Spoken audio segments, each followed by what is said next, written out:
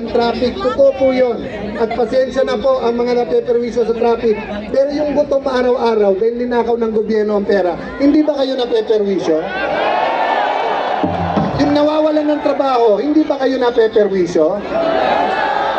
Huwag niyo po kaming iwanan ko po sa inyo mga kapatid. Huwag niyo po kaming alalahanin.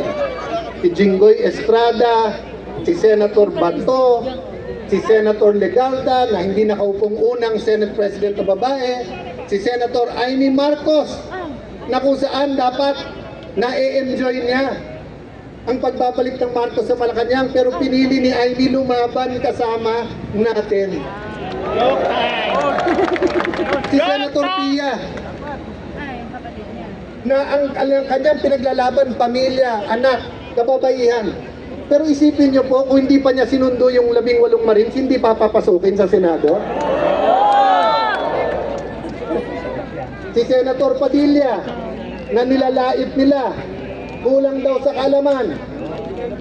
Pero siya po, malinis ang puso at nung sinabi nandyan ang Marines, kahit po sino humarang, hindi pwede papapasukin namin. So wag niyo po kaming alalahanin, desidido po kami lumaban. Alalahanin niyo po inyong mga anak. Kasi kung ano tinanim natin ng 1986, kung ano tinanim natin ng 1992, kung ano tinanim natin ng 1998, EDSA 1, EDSA 2, EDSA 3 ba, naalala niyo pa? Kung ano tinanim po natin, yan ang ating anihin. So mga kapatid, yung inyong paninindigan today, peaceful rally ha? Peaceful rally to. Kanina pagkatapos sigaw yun yung We Are One, sumisigaw po din. Walang manggugulo, maayos lahat, di ba?